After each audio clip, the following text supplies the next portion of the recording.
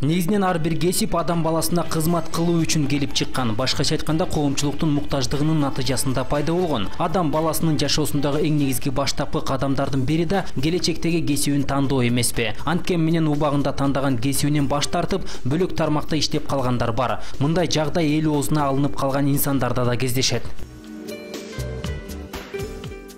Алсак Куудул Жамбыл Камчиев Ош мамлекеттик педагогикалык институтунун орус тили жана адабияты бөлүмүн бүтүргөн. Бирок мугалим болуп аз гана убакыт иштеп, кийин чыгармачылыктын даңгыр жолуна түшкөн. Мен айылга барып иштейин деп бага направление алып барганмын.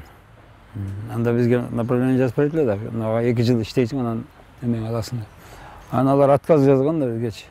Неме мугалим бизде ашыкча орус тилден. Мен башка мектепке баргым келбеди. Анан кайта ошо пединститутта иштеп 1 жыл иштегенден кийин маданият үйүнө Шарапат Турдакунова жумушка алды. Диктор болуп иштегенчи. Ошол Оштогу маданият үйүнүн директору эле. Анан ал жерден да барып мектепке иштейинчи, элдин баары ал убакта айлыгы жакшы болчу да. 600 сом, 700 сом табышат эле. Ал деген 600-700 доллар да эми азыркы эсеп менен караганда. Ошону табат экен айына. Ошого барып иштешим керек деп жүрсөм, Еремеев деген орус неме бар эле, директор болуп калган. Кийин Шарапат эжеден кийин дагы Кадыр Кубат деген болду. Ал дагы сен мындайдан көбүрөөк элге керексиң. Сен мектепке барып иштеп эле кой дегендей деп мындай бизге кеңеш беришти да. Кыргыз сахнасынын дагы бир көрүнүктүү өкүлү Куудул Абдылда Иманкулов кесиби боюнча балаарыча. Бирок Абдылда аганын асели деп тамшанып бал жегендер азырынча жок. Анткени Куудул мырза өз кесиби боюнча иштеген эмес. Мен 5-класстан баштап 10-классты бүтүп кеткенге чейин орус тил сабагынан берген агайым. Мен фамилияман дагы, анан атыман да айткан жок. Ал киши дайыма мени артист Чыктаскеге деп чакырат эле. Урушканда да артист деп урушчу. 10-классты бүтүп атканыбызда мектебибиз 2 корпустан турат эле. Ортосунда чуркап барсам химия сабагынан берген эжем азыр да бар, тиги агайым деле бар. Химия сабагынан берген эжем чакырып колман кармап туруп айтты. Абдылда деди, сен өзүңүн акыбалыңы сабактан билесиң деди. Мен билем деди. Мен сага химия сабагынан аттестатыңа 5 коюп берем. Бирок сен мени уят кылып жогорку окуу жайга барбагың. Макул эже деп чыгып берди. Азыр ошол аттестатымдагы жүргөн жаңгыз 5 ошол эжемки. Ал кезде азыркыдай мезгил эмес болчу.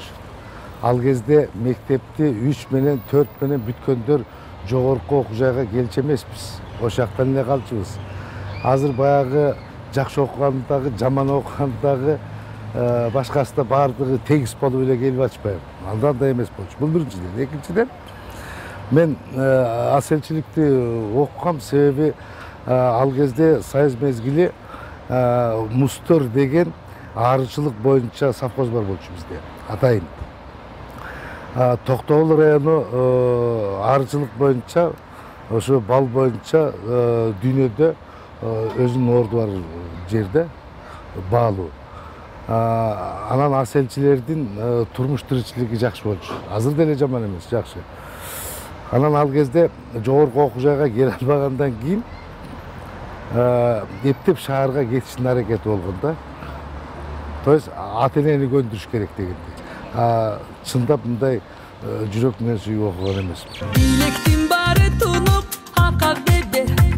Ал эми Кыргыз Республикасынын эл артисти Гүлнур Сатылганова кесиби боюнча кондитер экенин көпчүлүк биле бербесе керек. Чыгармачылыкта керемет ырларды жараткан эжекебиз кондитер болуп эмгектенсе ширин азыктарды тартуулап, Кыргыз Республикасынын мыкты кондитери деген атка консо керек.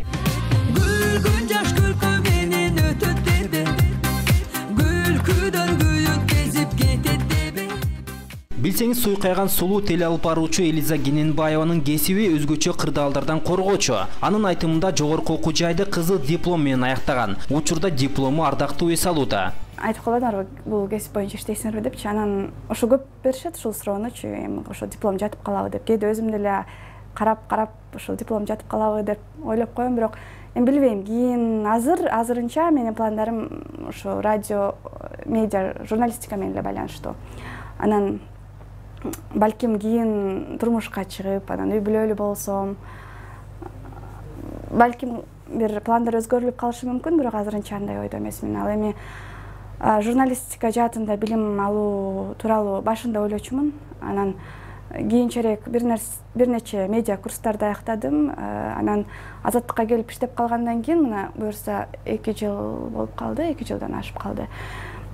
Мен өтө чоң мектепти өттүм деп ойлойм. Анан мага азыр журналистика боюнча билимдин кереги жок. Чынында канчалаган убакыт, аракет, каражат жумшап, кайсыл бир окуу жайын аяктаган соң турмуш шартка байланыштуу таптакыр башка чөйрөдө эмгектенген замандаштарыбыз аз эмес. Андыктан кесип тандоодо акыркы чечимди жети өлчөп анан гана кескенибиз оң.